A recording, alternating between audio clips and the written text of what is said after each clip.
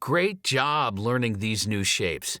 In this course, you've expanded your solo playing from this one shape to now combining all of these shapes, helping you to play loads of solos. Very impressive. You should be proud of yourself. In the following levels, you'll use these shapes to jam and work on your improvisation. This is also a great way to really get the shapes in your muscle memory. We'll start each level by jamming in a smaller part of the shape before adding more strings and notes as we progress.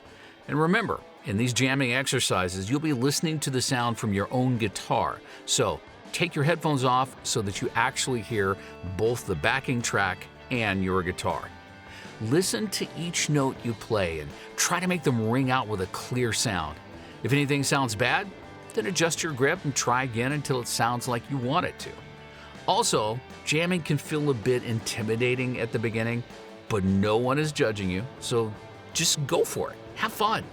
Express yourself.